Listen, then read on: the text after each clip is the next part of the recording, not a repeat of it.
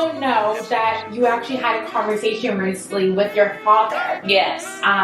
To talk about the daddy issues, to really, to get closure at this adult age as a 25. Yeah, I felt like I was ready. I think a lot of times, like, we just be an adult and suck it up. And I'm like, no. Me being an adult doesn't mean I can't react to situations that need a reaction for. And because I'm not gonna allow you to disrespect me, and that's for adults who you have to let people walk all over us. No, there's a mutual respect that has to be given on both parties. You can be making 6 figures. And you can be making like a decent living with social work. And I'm like, in this social work group, I'm like, wait a minute, where have all of these been? Because it was under the impression that social workers don't make a lot. But also just seeing people in that group saying like, fight for that salary that you want. Period. Welcome to Untouched Potential. I love saying that. Thank you guys for coming back to another episode of Untouched Potential. Today I have a special friend of mine, my best friend since 6th grade, Desiree Harrison. I am so excited to interview her. Like, there's so much we're going to get into today about career, about life, about statistics in terms of like daddy issues.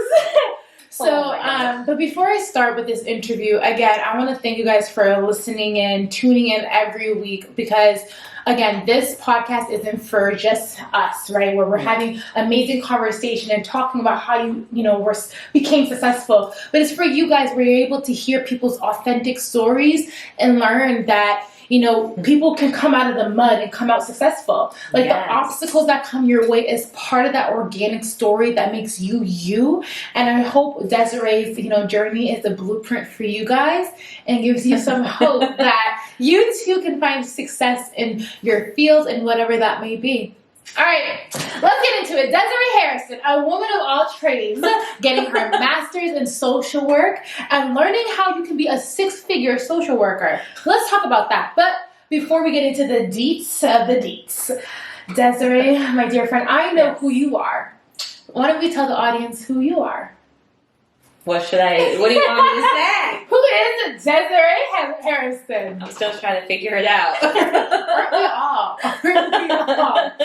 Well, grew up in Waltham, still live here. In Massachusetts, Waltham, Mass. Hey, man, it is what it is. It's okay. We still got friends and connections here, so it's all good. Just working full-time in school full-time and managing to juggle all of it. Wow.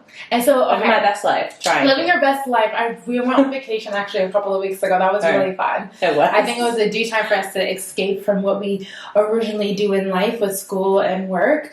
But why don't we get into your childhood, right? I think I know so much about you, so I know what I want you to say. But why don't we get who are you in terms of your ethnicity, your livelihood, in terms of growing up? Why don't we talk about that? Let the audience, know who you are and how you became this person who fell in love with social work. Should I start with ethnicity or end with it? Because it's a long list. Let's start with ethnicity. Let's start with ethnicity. I think people get so thrown off by it that they don't know, they're like, what? How? How is that possible? Mm-hmm. And explaining it is just way too much. But on my mom's side, black, white, and Japanese. Mm-hmm. And then on my dad's side, Honduran and Bayesian. So it's just like a whole melting pot over here. I remember going to her family gatherings and just having different cultures there and learning about your family, your Japanese culture. And your middle name. Why don't you tell me your middle name? Masako. And that's heritage and right there, and how I think your grandmother aided in naming you that. So what happened was my mom wanted to give me a Japanese name, as my first name. Mm-hmm. But my great-grandmother, and she went to my great-grandmother about it to ask her for some ideas. Mm-hmm. She's from Japan, by the way, in case you haven't caught on to that. She told my mom, no, give her an American name because she's going to be born here, all that stuff. So then my mom had asked about her middle name, which is also Masako. And my great grandmother was like, well, that's already yours, so you can pass that down to her if you want. And that's how that happened. I love that for you. I love that. So beautiful. That's so beautiful. So the reason why I bring this up is because I've known you where you've been resilient in so many aspects of your life. And one, I think, is learning from your mom. Your mom, raised you as a single mother with two other kids. So talk about that, the statistics of, because you became successful, right? And you didn't fall into the statistics of a single parent. Or just like repeating that cycle. Yeah. So let's talk about, how it was like, not having that relationship with your dad, but having that strong relationship with your mom, and how that allowed you to go into the path of social work. Based on my lovely past experiences, dealing with a lot that I won't go into like too much detail, because that's like a whole book worth of stuff. It is. For the most part, my mom, she had me when she was 18. So pretty much I was in the womb when she went to prom and graduation. And then I came months later. So it was, I'm trying to think of the best way to like explain growing up with a young mom and just in a single parent household. My mom definitely like shielded me from certain things, especially when it came to my dad. And I don't know, she managed, even though we might have struggled like financially, or just things weren't always going the right way, she still managed to, of course, do a beautiful job of raising me and my siblings, and doing the best that she can as a parent. She never like pushed us into doing anything. She wanted us to always be ourselves and, make sure we went down that right path of success, if that makes sense. I feel like Melinda, her mother, is such a strong woman, and I need to interview her because the stories that you've told me about, the adversity that she had to face, and for her to still have, a good head on her shoulders to raise, 3 kids is very important, and very unlikely in the world that we live in, where support for women who are single parents there's not a lot of support unless you have that family with you. Because it's kind of, society makes it down upon where you're not in a 2-parent household. So how was that growing up with like your relationship with your dad? I know a little bit about it, but why don't we tell everyone about, having the issues that you had and how you were able to deal with them, and then, made you who you are today. Therapy. I'm not kidding. I have gone to therapy. I started going when I was, 3rd grade. But stopped. I would go like whenever I felt like I needed to, type of thing. I wasn't going on like on a consistent basis type of thing. But growing up without him, because he was in and out. Yeah, he was in and out. So that was the thing. He was in and out of my life a lot, I will say.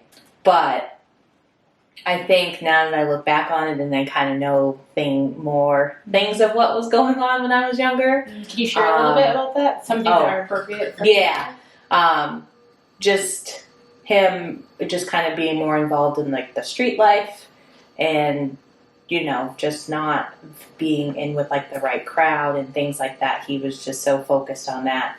But at the same time, was probably still around my brothers more than he was me. But, that was hard because I didn't understand, and my mom would just kind of say, oh, he has to work, he can't come and visit today. She would come up with different excuses just to kind of protect me, and because of how young I was, didn't want to tell me what was really going on, which made sense. Like, how do you explain that to a young child? So as I got older, I started kind of, when I was talking to my mom more about what was really going on, she started opening up to me more. But she also didn't want to talk badly or about him in a way. Like, she didn't want to share her true feelings about him with me, because she was like, I don't want to put that into your head. Like, I shouldn't say that. That's your father. But at the same time, I was like, I don't care. I don't like him anyway. That's a strong woman, though, to have like a mal relationship with the father of your child, and not want that to impact the relationship that they have with your child. You know what I mean? Like, she wanted you to make your own perception and your own opinion of your father without putting something like her own past experiences to it. And so I commend Melinda for that, because that takes a lot. So when did you realize? I remember in high school, like, you made the decision not to allow him to come to your graduation. I remember, like, you were working on your relationship with your father here and there, and then you finally made the decision that he doesn't deserve to come. Why did you make that decision? Because it just didn't seem right for him to come to, like, that big of a milestone when he wasn't there for anything else. You know what I mean? Like, why? Like, why come and brag about it when you haven't been there and you haven't done anything? Yeah. My mom did all of this, not him. My mom Preach did. to woman. That's not We never really had a relationship. As like, thinking back on it, thinking about my memories with him, if I was out with him, I feel like there was no connection. Like, we didn't have that father-daughter relationship when he would come around. I didn't feel that. I didn't.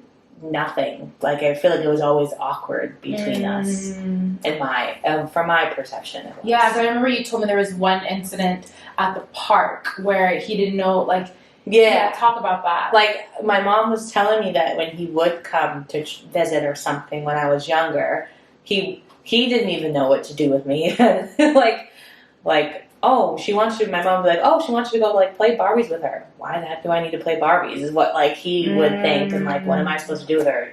She's a girl. Like, what can I do? But, you know, I guess that, I don't know. So how has that impacted you in terms of relationships? I've never been in one. Shit!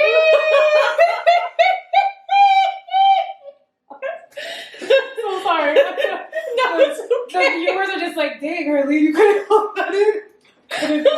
I love that for her acting. No, it's okay. It's okay. I've come to terms with it. No. So y'all heard my girl, she's intelligent, she's funny, clearly. Beautiful. I can laugh at that, but singles and ready to mingle. Y'all hearing this, you know what to do. Put her line up, hit my line up, I'll set it up. A little date here or there. But dang. So do you think you have trust issues with men? I do. Oh. But also my dad's not the only man in my life that's disappointed me either. Oh, you know, it's funny because wow. recently I finally realized that, and I was talking to my mom. I was like, you know what's funny? I've never seen, I guess, a healthy, functioning relationship really growing up. Oh my God. I always thought, like, with seeing my grandparents, I always thought they were, you know, all good, but then, you know, not saying they have problems, but there's, like, some things I think they need to work out or whatever, and just kind of seeing how everything played out with Arizona and here and everything like that. But, like, even though my mom was married to Big Edison, he lives in another country, so I saw that, but I didn't at the same time, and then that isn't doing, you know what I mean? Like, I didn't see a lot of, I guess, like, healthy functioning relationships growing up. I didn't. And then I was also thinking, and I think it was because my cousin was here, I came to the realization of, like, wow, okay, wait, now that I'm thinking about it, it's like 4 men that I feel like had disappointed me in my life. Who are the other 3? We won't get into it. Never mind. I won't put people out like that on the spot. Yeah. I mean, I could. I can be petty and Lord knows what if you really want me to. But just kind of coming to that realization, I'm like, dang, like, I'm like, is this why? Like, I'm not. Wow. Maybe also I don't seek out relationships and I know how to be alone. Yeah, too. I think you are so independent. Because I also learned that from my mom, too. Yeah. Like, she doesn't seek out a relationship, or she wasn't, like, constantly, like, with another guy, like, every other week or something. Like, she wasn't doing that. Like, that, you know what I mean? Yeah. Like, and she was super independent. So that, and there was no one that ever really, like, no man, if she was in a relationship, no one that ever, like, lived with us either. Oh, wow. So I don't know what that feels like to have a man under the same roof as you and living with them. You see, it's interesting because I think, you know, society, entertainment, Hollywood puts out the image where if there is a single mom, she's always having, like, men come in and out of the house, you know, sleeping, and the men, these boyfriends who are not healthy, trying to play dad with the kids of the mother, and it's a bad relationship. But in reality, that's not all single mom stories. Because your mother had a story where she's like, if I'm gonna date, it's gonna be outside of the house, and at the end of the day, I'm good with me and my There's kids. sometimes like they would be at our house or something, but never like lived and like moved in type of thing. And I think it's just for me, I'm just seeing how like a lot of times we hear women having daddy issues, and they constantly have to have a partner in their life, constantly have to have a boyfriend, or constantly need that attention from men. But you was the complete opposite. Because I'm just like sick of getting hurt to a point of like even wall. Yeah, like it's just. I mean, I can also get attached quickly though. That's the other issue. Is I can, but then it's like I try to pull myself back because I'm like, they're just gonna leave anyways. Like so whoever walks into my life, I think is going to leave. Oh wow, that's hard. No matter who it is, it could be male, female, whoever. Like anybody, even if it's just a friend. Like I don't know. I think people are just gonna leave, or they just don't care. Like you know what I mean? No, I know. No, you're stubborn. You know too much. I do. You know way too much. If I needed to leave, that's how I'm leaving. 6 feet under. Not by choice. I can tell you that. Not by choice. But like just that, and I think it's, I don't know, maybe it is especially with men, but then I think about the guy friends that I have and the closeness I have with Kent and Denzel. Y'all can't leave. Oh, Ben can't leave. Period. You're listening. Period. Y'all can't leave. You can't. Who? Period. Who? Too late now. But I really I think God blessed us to have such amazing friends in our lives. Like the people that she named, they're literally like family to us. Like we grew up together and have so much love for one another. So much history there. So much history. Many memories. Like like they're not going anywhere at all. But I think it just goes to show that there was one aspect of your life that was sour. I hate to say it, and now this one is sweet.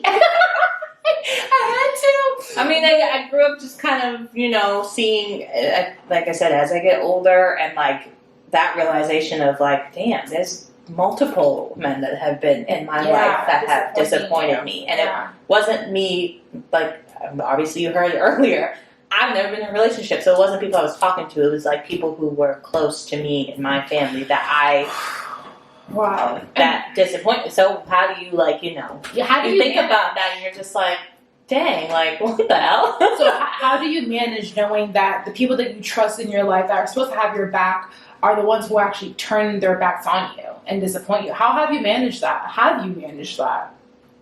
Crying. that works. But ice cream with some wine and some good music in the background. We need that. Well, I was younger with some of them, so I couldn't have wine. But never mind. I guess but also thinking about it more recently, I'm just like, dang, that's really crazy that I can name these 4 people with no problem, and it's just I thought, especially one in particular, I thought would not disappoint me as much as they have. Oh wow! Yeah. That's I don't know. It's just weird. It's like what's wrong with you? For me, what's so surprising is the fact that you still have come to a point in your life where you are so joyous.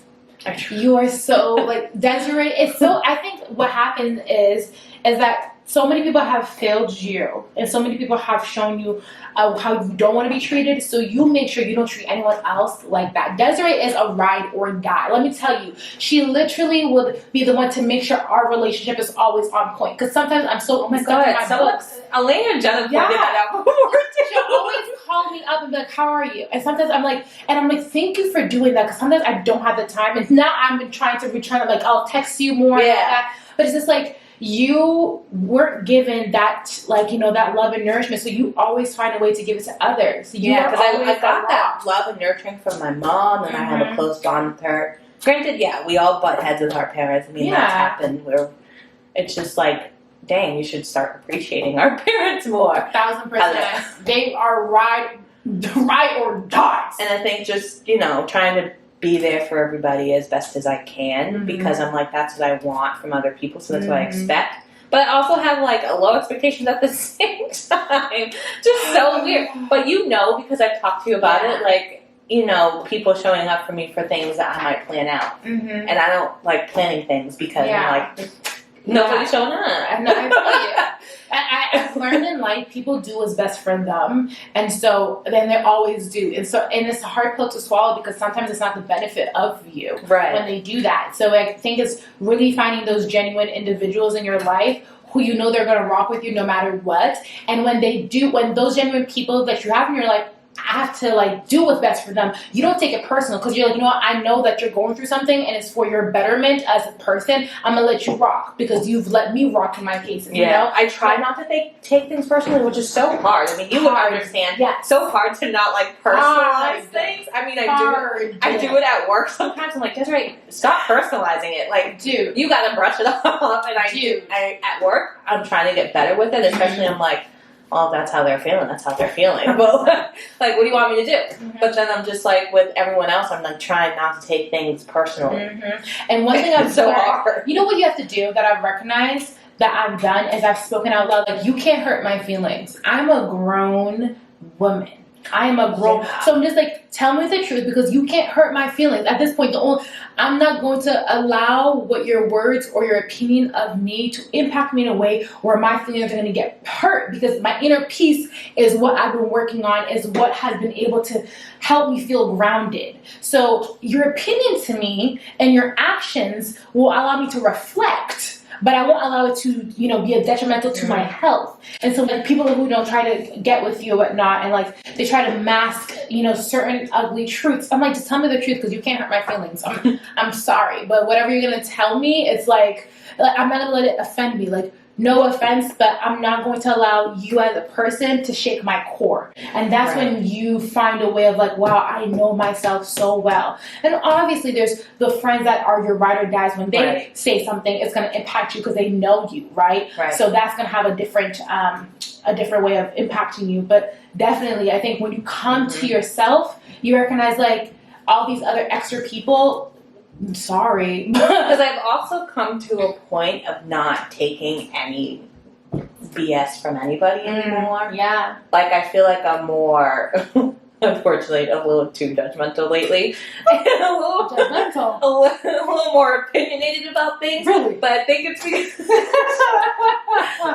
because I'm just like, I don't know, growing up, I feel like I could not say certain things, or like, because as a child, how can you say that to an adult? They're just gonna be like, what are you talking about? But now I've been like more like, you push a button, or if there's something that is off that I'm just not messing with, is where I get a little upset. I mean, you've seen me upset. I can't hold back anymore. Like, I'm sick of having to hold back for the sake of other people. Yeah, because you tolerate too much. And I think this is the thing. A lot of times we're like, just be an adult and suck it up. And I'm like, me being an adult doesn't mean I can't react to situations that need a reaction for. And because I'm not gonna allow you to disrespect me. And that's for adults where you have to let people walk all over us. No, there's a mutual respect that has to be given on both parties. I think it's also the generation thing too, because I think so many people that have known me my whole life, like that are close friends with my mom, I think they sometimes still see me as a little kid. And I think that's what's hard. So when I do speak up, it's like, oh, Desiree's a whole ass adult now. Yes, I am. What do you think this was? I was going to age? And also, like, I'm educated. Like, I know what I'm talking about most sometimes. Sometimes. But as much as like, supposed to, you feel me? Exactly. So to be talked down to, or for some people to be like, oh, well, you're young, you're just thinking this way because of your young mind, or people coming at me sideways, like, hello, I'm 25, simmer down. First of all, you're like 40-something. You don't need to be doing this. How old are you, sir? Ma'am? Like, you don't need to be reacting this way to something that I'm saying because I know what I'm talking about to a certain extent. 100%. I'll admit, I don't know everything. I try to educate myself, talk to other people, using credible sources and not just some baloney that could have been photoshopped. Like, I'm trying to educate myself on certain matters so I understand and know, like, wait a minute, what you're saying is not really an opinion. It's more of like, it's just completely wrong. It's like completely wrong. Yeah. So I don't know. I've just been speaking up more about certain, like, so many different things and just like not taking anyone's crap. Having your voice. Yeah, I'm like using my voice. I'm trying to speak up and be like, listen, I am not the little kid you think I am. There's a lot of transitioning when it comes to being an adult, is understanding where your voice actually matters and people are taking your voice as actual credible resource. You know what I mean? Mm-hmm. A lot of times people are just hard to realize that their way of thinking is wrong. But I want to kind of transition a little bit because that goes into your field as a social worker, right? Like what you do is communicate. What you do is, fighting justice for people who are in situations they can't get themselves out of. So how did you know you wanted to be a social worker? Do you think do you think your childhood had a big impact on you that allowed you to choose this field? I think so. I think just being able to connect with other, especially because I love working with children and adolescents, I think being able to connect with them on that level, not like I would disclose what I've gone through to them because I can't, but just to be able to be kind of like that support that they need. I mean, not saying that I didn't have support. I had support. My mom, like my grandparents, are also great. Like I had that support, but like being able to be there for other kids and being able to be on their level to talk to them and like try to understand and get, a better picture of what's going on so you can help and support them is like what I was thinking of. Like I want to do my best to help whoever I can. I know we can't save everybody. I learned that early on in social work. And I think that's kind of what our mindset goes into. It's like we want to, but we can't. Yeah, and I think the biggest thing is you've allowed your experiences to really it was a calling. I think who you are as a person and the things that you just said, I can see that your life brings you to a calling to where you're supposed to be, and you tapped into that untouched potential and really, allowed yourself to embrace this calling and wanting to help people. The one thing that I love about you is that, again, you beat the statistics. You went to a Bridgewater college, right? And where is that? In Bridgewater. You got your bachelor's. Yes. And then you proceeded to do AmeriCorps, right? An amazing volunteering and opportunity. You volunteered so many different places, helping people in Florida, all these different things. And then you decided to say, I want to go further and get my master's, right? And now you're getting your master's. And where are you getting your master's? Regis College. Regis College in social work, right? Yeah, and I'm halfway through this program. Congratulations, my baby. And that's the thing, people just think oh my gosh, I don't want to do social work, they don't get paid, but you're just I'm not doing it for the money. I know you've always said it, I know I'm not going to get paid, but this is something that I want to do, this is something that I love, this is something that I know is going to... And I've changed my mindset on that, because I do want the money. You do want it. And she's found that there's multiple resources and groups that have allowed you to realize you can be making 6 figures and you can be making a decent living with social work. And I'm in this social work group, I'm wait a minute, where have all of these been? Because it was under the impression that social workers don't make a lot, but also just seeing people in that group saying fight for that salary that you want. Period. And I'm I didn't think you could do that, but you can. And I know you will, because you are, like you said, you're going to fight. You have that voice. Yeah. You don't allow anyone to tell you otherwise. With my experience, it should be hey, here's what it is. 1,000%. Because with all the experience I have and the training and everything else, we all deserve more. 1,000%. And you do so much for the community. Of course you deserve more. Right. And I think the one thing that I love about, the fact that you're doing this is that you're also working full-time. Don't remind me. Full-time. And it's about to get crazier because I have to start an internship in the fall. Sheesh. Okay. So why don't we go from ground zero? Because I want people to have the steps and the tools of how to become a social worker. And also did you always thought you were going to be a social worker? No. Let's talk about that. I don't even know if I knew what that was at a young age. But I think growing up, I was that kid who always played school by themselves. Oh, babes. Because I always wanted to be a teacher, and I thought of I think it was a teacher and pediatrician at the time when I was younger, elementary school, and always I loved going to school. I'd cry if I had to stay home and miss a day of school. I hated missing school, but as I got older, I started hating it a little bit. How things change as we grow. So I always, being younger, I used to be oh, I want to be a teacher or a pediatrician.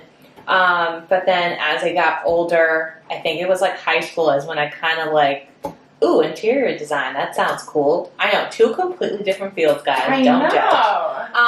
And then I don't know how social work I got in my head somehow, but it did, and I'm glad it did, because this field, there's so many opportunities that I never realized. But when I would tell people that I wanted to be a social worker, I think their mind went straight to like DCF, Department of Children and Families.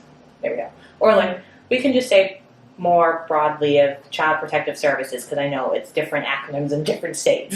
So yeah, pretty much that. I think that's what people thought I was going into, so I feel like they would kind of try to talk me out of it to a certain extent. Wow. Which was annoying and also kind of scared me at the same time, because I'm like, what am I about to get myself into? Oh, wow. But then, like, just being at Bridgewater State and being in their social work program and realizing how broad social work is, I was like, those people really had no idea what they were talking about. You really have to search out for yourself. And so this person that one of my mentors, he said something that really, really stuck to me. He goes, I don't take advice, I take feedback. Right? And the difference is with feedback, like someone can give you feedback on a paper, but that doesn't mean you have to apply it, because if you know that sentence is going to be a hit and it's going to be the sentence that's going to make a book selling, a chapter, whatever it is, you know what I'm trying to say. Point is, with feedback, you understand that certain people's feedback might not be applicable to what you need for your life. You know what I mean? And so I think I'm happy that you did your own research. You tried out to see if it really was for you. And look, if people are wrong, you have to go with your gut. I think some people also like doubted me. I think a lot of people underestimate my abilities because of how sensitive and emotional I am. So it's like, oh, how can Desiree handle that? Like that. That's a power. But at the same time, I'm like, why are you worried about me with this field? I know people get burnt out in this field. We get burned down in any field. Period. And that's the thing. People use emotion and sensitivity as a weakness, but it's a power. That's how we're able to relate to people. That's how we're able to empathize with other individuals. I actually am reading a book called Limitless by John Quick, and it's so good. And he talks about geniuses. And geniuses aren't just geniuses in terms of like intelligence, but a genius in terms of empathy. Because Oprah is a blaze genius, as someone who's able to relate to another individual and really bring out the vulnerability out of them, right? Then we have Shakespeare, a genius in how he was able to have the words on paper create a story. You know, right? Honestly, Kanye West, a genius when it comes to production and music. To each his own, right? And then we have Einstein, intelligent-wise. You know what I mean? So emotion and intelligence can be a form of a genius if you use it to bring positivity and humanity. And I think that's what people are not realizing that you can do. Because I feel like some people, like I said, underestimate me and what I'm doing, which is so. But it's funny because it's like, it's not my mom. So like, I'm like, my mom supports anything that I do, and is like proud of like what I'm doing in my life, because she has even had these conversations with people like, oh my God, how is she doing social work? Like, that's a lot. It's a big job. They don't make money. It's always like those negative things that I feel like people need to say. And then my mom's like, well, this is what she wants to do. Like, this is her career. Yeah. Desiree is wanting to help people. She wants to make a difference. Like, that's literally all I want to do. Like, get off my back and let me do it. Yeah, and you're doing it. And so if you were to give advice to someone of, if they want to be a social worker, what do they do? What do they major in? What do they get? A Bachelor of Arts, Bachelor of Science? Do they need to take the GRE? Do they need what does it take to be a social worker? So going into it like an undergrad, if you want to make your life a little bit easier, if you do plan on going to get your master's, if that school that you are looking into has a Bachelor social work like program, take it, because if you want to get your master's, that also eliminates like at least like a year. It could, depending on the school and the program. Oh, wow. Like you would be able to get it in a year as opposed to like 2. Wow. But it depends on like how the school has like the program set up as well, because some schools have it as advanced standing, is what they call it, advanced standing, master's of social work program. And like Bridgewater State, for example, they broke theirs up into part-time, I believe it seemed like, from when I was looking at it online. I could be completely wrong, but theirs for advanced standing takes like 2 years. And I feel like it must be part-time. It probably is. Whereas like some other programs, they might be a year for advanced standing, or like 13 months, like something like that. So definitely when you're going into it, because you could major in just about anything as an undergrad. Like it could be like psychology or sociology. It could be like criminal justice, and then you realize like, oh, I want to go to school for social work. You can still apply. And you said social work is a huge umbrella. What does social work entail? A lot. List them up, Hansi. So like, just advocacy, just being able to, have, like, they go by these core values, like just dignity and worth of a person. I'm sorry, can't talk. Integrity. I feel like I might miss a couple.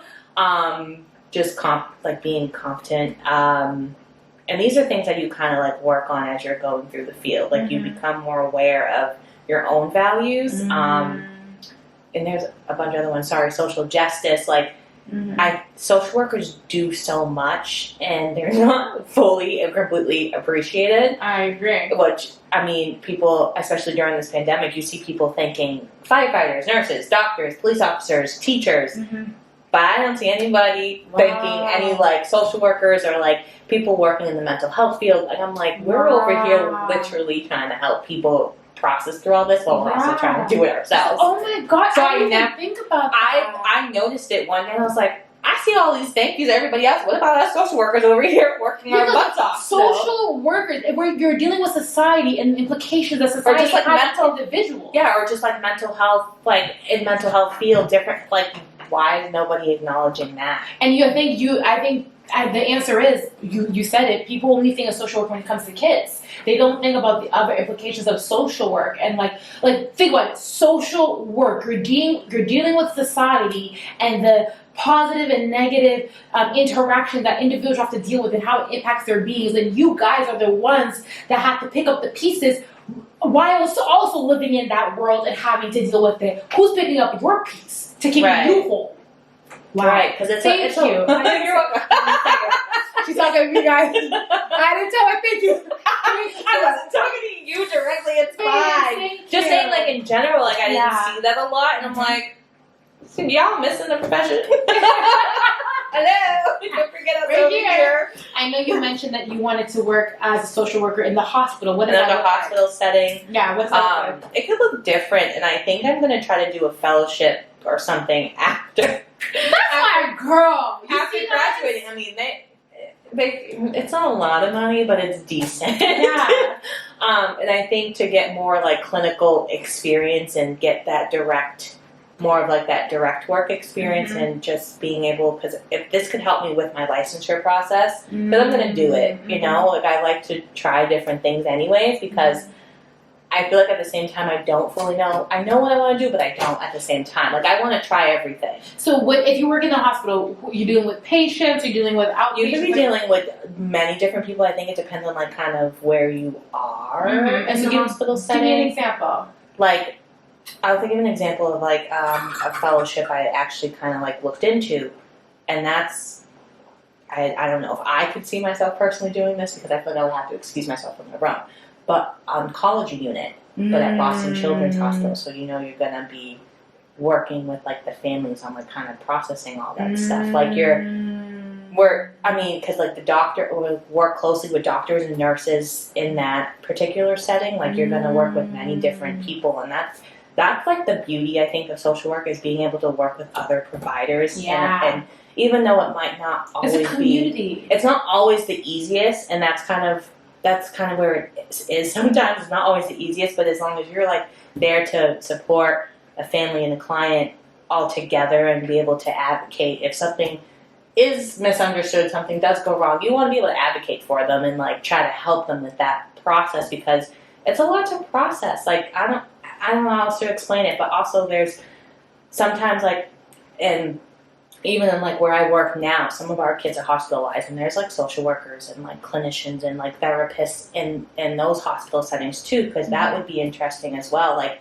you are in an inpatient hospital, even though some of them aren't the greatest. I won't get into too much detail about that. We don't have time.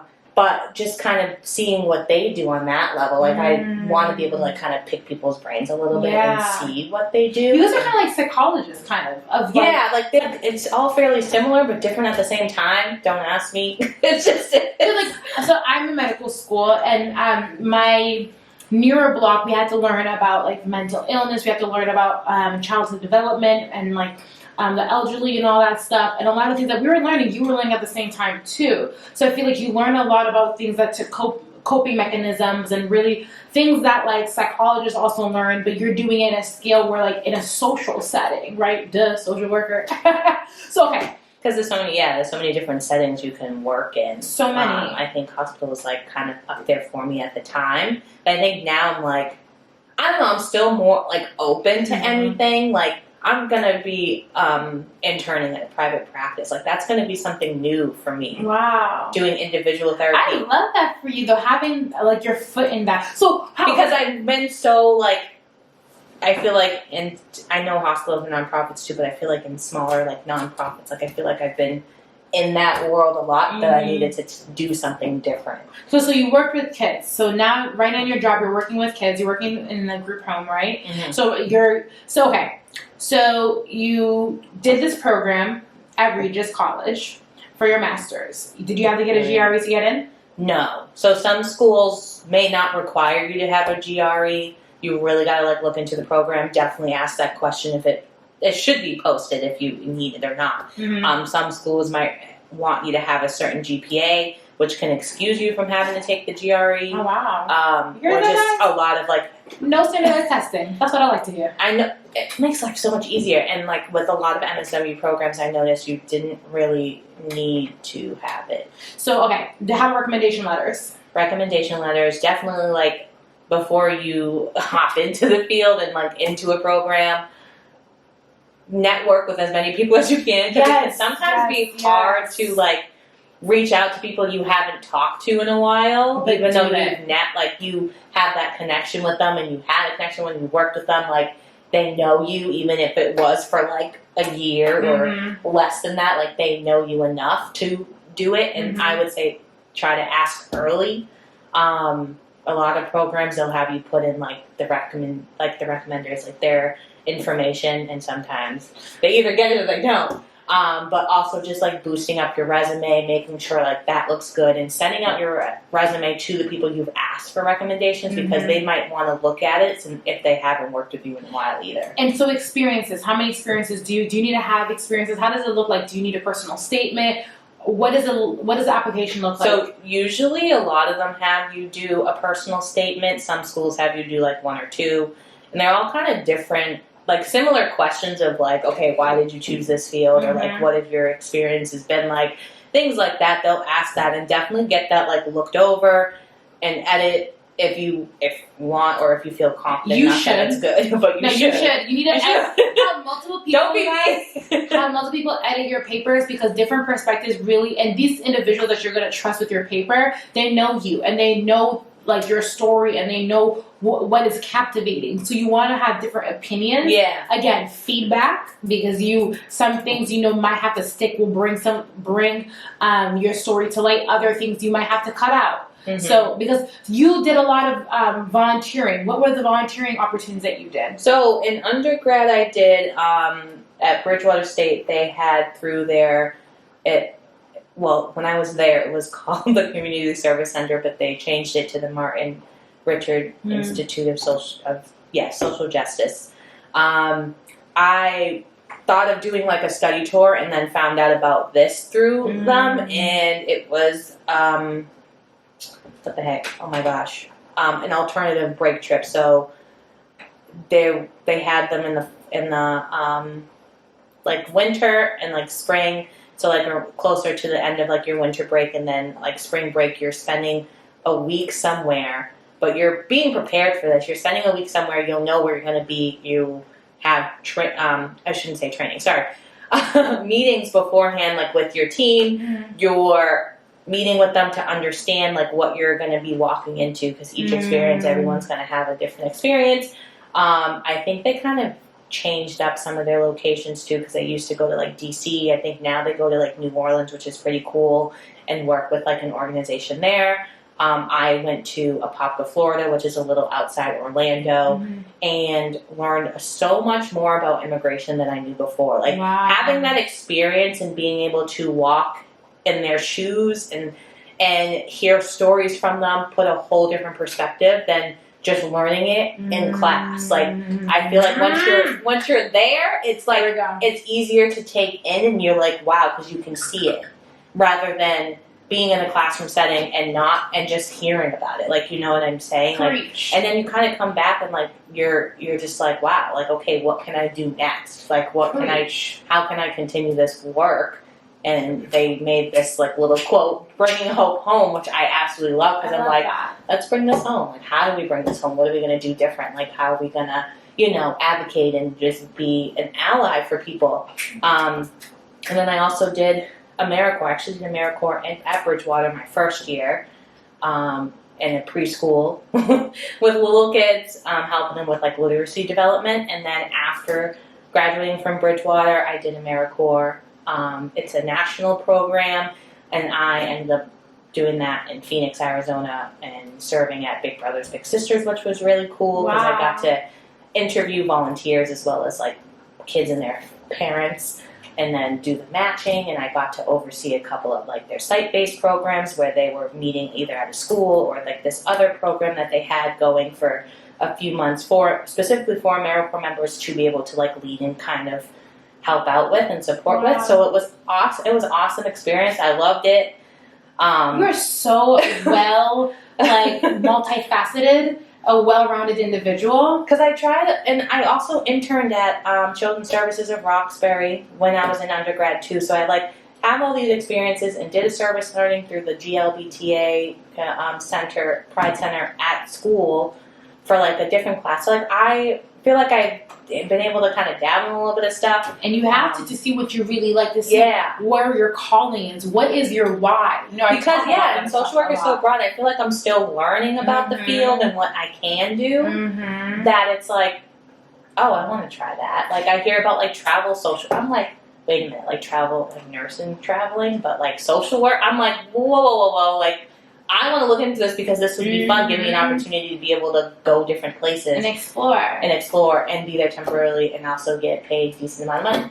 You always think about the finances, right? But like, I love that you said that with your trip when you went to Florida, you really put yourself in other people's shoes, you saw a different perspective, a whole entire different lens. And that's what people aren't realizing, is that when you're trying to go into a field of your choice, exposure and experiences in that field will allow you to learn so much more and bring you to a place where you have found your why. I say this all the time. Please, guys, look up the amount of internships. And I'm going to leave Desiree's Gmail on the back in the comments, so that you guys can reach out to her, so she can give you and email you sites. She can be your mentor. That's why everyone I interviewed, they're willing to pay it forward for y'all, because I think it's so important for people to understand, like, there's so much change that can be done if you just listen to other people's stories. There's so much healing into that, right? And you have to have, it allows you to have a heart of gold almost, and kind of recognize your own privileges. Yes. Like, that's what the trip taught me, like, the most. Recognize your own privileges. Because I used to be like, I don't have a lot of certain privileges that other people might have. I mean, we all have different privileges that, like, based on what, like, we were born into. Yeah. But hearing it from people who are, like, coming into this country and they're not able to do certain things because of their status is like, oh crap, like those are like little things. Little things that we take for granted. Yes, we take for granted. Like, that's what's mind blowing to me, and that's what's just like, oh my god, like, let me rethink everything now. And I think also it's just like, it's okay. I want people to understand that self-reflection is key in life, to just perpetuate continuous growth as an individual. It is okay to understand that you might have ugly truths that you're working on. You have implicit bias that you need to readdress. 2020 taught us that, right? Taught us about the Black Lives Matter movement, George Floyd. These are Breonna Taylor, Ahmaud Arbery. These are names that will always be ingrained in our minds because of what we experience. And the number one takeaway I always tell people is understanding your own implicit bias and how the privileges that you might have, how can you use it to pay forward other people's voices that aren't being heard? Injustices in places that shouldn't have injustices, right? But I want to ask you a question. One of the questions I always like asking people is, what keeps you going? Faith in God, your family, friends, self-motivation. What allows you to keep you going in this path? I think it was the support from family and friends that helped me kind of just all right, keep going, Desiree, you got this. And just having that support, I think is huge, because I mean, unless you are able, I feel self-motivation a little bit too. Sometimes I can't motivate myself to do something, but at the same time I'll try to push for it. It depends on the mood. It depends on the mood in the day. But having that support at work and being able to network with so many different people, I've been lucky, and no matter where I've worked, intern, or served, I've had amazing supervisors, and honestly, I hope it stays that way. Knock on wood. No, seriously, that supervision from people who care about you is ideal. Mentorship, ideal. Yeah, because it's amazing, because you get to learn from them. You get to ask questions. They make you think about what you want to work on for yourself. For me, it's always the whole confidence thing, and I always I'm hesitant where I'm not fully sure myself.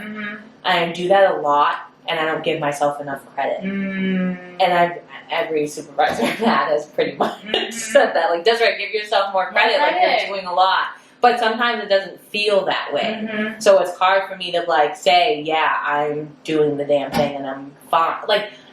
Sometimes I don't see it. Yeah. And that's what's kind of tricky a little bit. You have to see the light in you that other people see. Yeah. It's hard to not, it's hard to see it sometimes, from sometimes I don't think I'm doing my job right, and I question myself.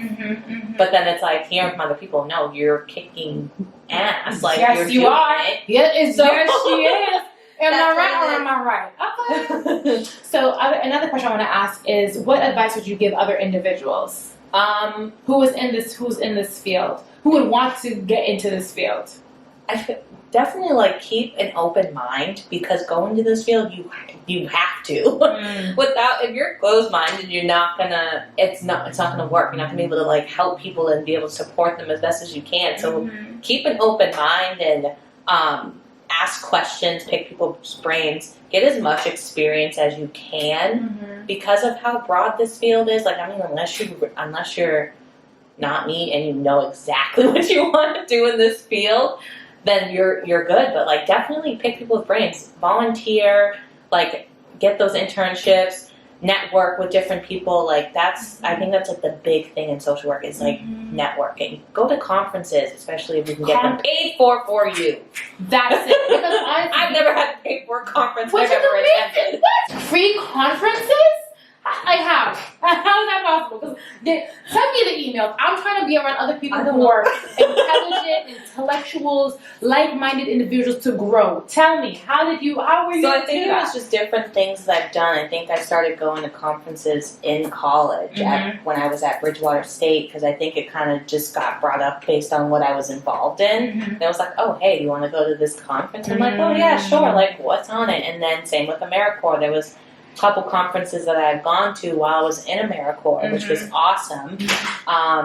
And I loved both of them, because I feel I learned so much and able to connect with other people and just have fun. I don't know. I'm a nerd for conferences. Honestly, don't know why. Conferences are so important, because you just... I also love getting free pens. Free pens, free food, free networking, connections, y'all. I'm telling you, networking and being around other individuals who've been there, who understand the path, and who can guide you, and mentorship. I'm telling y'all, And that's a hack to life. A mentor in anything, in entertainment, in music, in education, in research, whatever it is essential.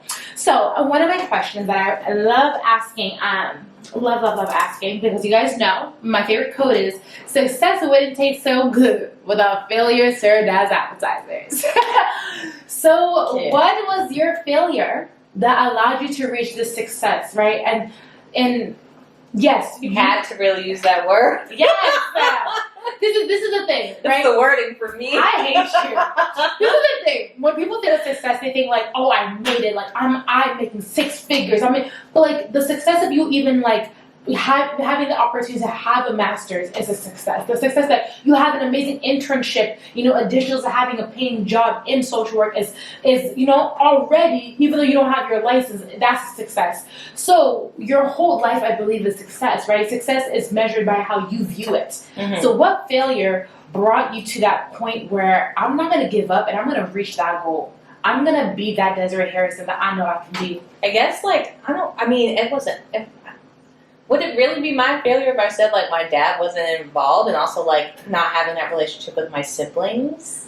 See, like, that could be a failure of life. A failure that happened in your life. It wasn't caused by you. Right. But it was but that's something that's real. Because I feel like it kind of shaped who I am, and I think it was kind of like a blessing for him not to be there to a certain... I don't mean it in a mean way, but, like... That's the beauty. I think it was a blessing of it because I talked about it with my mom, and I think I even mentioned it to my dad when we talked. Okay. Sorry. So the viewers don't know that you actually had a conversation recently with your father. Yes. To talk about the daddy issues, to really, to get closure at this adult age as a 25-year-old. Yeah, I felt like I was ready. I probably didn't get everything off my chest like I wanted to, but it was like, I guess my mom said it was like, it was a good icebreaker. She was like, I was shocked you didn't say like this, and this. I was like, I don't know why. I think I just got nervous because I was like, I don't want to get choked up. Like, I don't want to start crying. Yeah. I don't want to I don't know. I was just like straight up about it. Like, I felt this way for you not being around. Yeah. But at the same time, grateful for it because, and I've said this to my mom directly, like, just my dad and his side of the family, it's a little toxic, I guess you could say, and not healthy for me to be around. So I guess you could say it was a blessing because then I didn't have to. I experienced hurt with him being in and out, but I didn't experience like the pain of him being in, bringing all that extra baggage. Yeah, like the unnecessary toxicity you got to escape from because he chose not to be so present in your life. So thinking about it and looking back on it, I'm like, you know what? Like, would I be? I'd probably still be where I am. I don't know because of my mom, the mother that raised me. I feel like no matter what, I'd probably still be. Your mother. But it was like one of those things where I'm just like, where the heck would I be? Because I'm thinking about where my brothers are now and like what is going on. Like, I'm just like, and at the same time, my mom wouldn't allow that to happen. Period. And when she means brothers, she has siblings on her dad's side with another woman. So that's what she means. Because she has siblings on her mom's side and she has siblings on her dad's side. Just to clarify. Yes. And I think that's beautiful that you said that, you looked at it in a way where it was a blessing, the silver lining of things. And a lot of people, when you're going through a situation with parents, a mom or a dad, right? Because dads aren't, like, you can have a deadbeat dad, you have a deadbeat mom.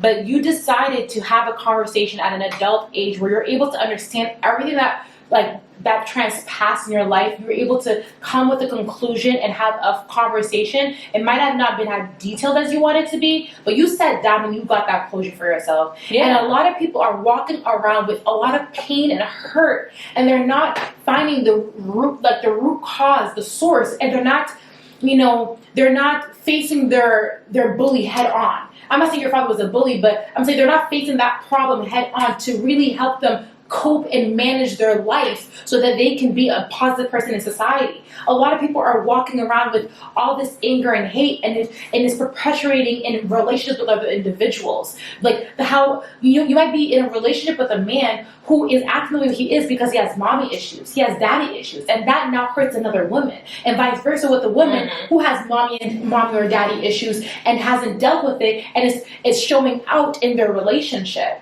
So a lot of you guys, and it's not even a relationship, with friendships, with sisters, with your work. Some of y'all really need some healing. I'm talking to you. If you can hear me, I'm talking to you. Like, on some real, guys, like, sit down and reevaluate yourself. Right. You know, and I feel like God put you in a place where He put you in such a field that made you reevaluate so much and find the beauty in life. You are so humble, D. Like, I listen to you, hear you talk, and I'm just so amazed by you. The people in my corner, I'm so happy. And that's why I wanted y'all to be able to hear this beautiful story and really see how incredible she is. Sorry, I just went on a rant. I just got inspired, and I just want you guys to know, like, therapy is one thing, and that's important, but also facing your demons and really, you know, finding a way to have closure. Maybe you don't have the means to, you know, go talk to that person that hurt you, but writing a letter and then burning it after, you know, like, or you can really just send it to them and send it to them. Don't worry about it. You know what I mean? Something is just letting go of that pain and heartache is what you need. Because understand that your actions and who you are as an individual will impact your society around you. And so if you are toxic, you're going to only keep toxic people around you. But if you heal yourself and you really try to understand the root cause, you're only going to bring in people who have light, bring in people who are healed as well, bring in people who are going to help you be that individual, a great foundation, grounded, a great core, you know? Sorry, I just went on a rant. But my last question for you, this is what's it called? Blindsiding you. If you could do if you were limited to do anything, what would you do? If I wasn't limited to do anything, what would you do? Change the daggone world. You see, this is why she's such an amazing person, y'all. There's so many issues I can't pick with just one. But for yourself, though, for yourself, if you could be, if you were limitless, and we are limitless in our brain, guys. John Quick, his book Limitless is amazing, so read it. Your girl would already have money and be able to travel. Period. She'd be traveling and, you know, seeing the world, embracing the cultures. Yes. That sounds beautiful. That sounds amazing. I mean, I'm obviously going to be able to travel, but, you know, not being able to travel as often. Traveling is because of work. It's such a and money. Travel. It's like, what the heck? Yeah, you learn so much from different people, and your mind just expands. But this was such an amazing conversation. It was. Guys, thank you guys for listening through. If you came in and out, whatever it was, but I hope you guys were able to, you know, laugh with us, you know, really learn from Desiree like I did.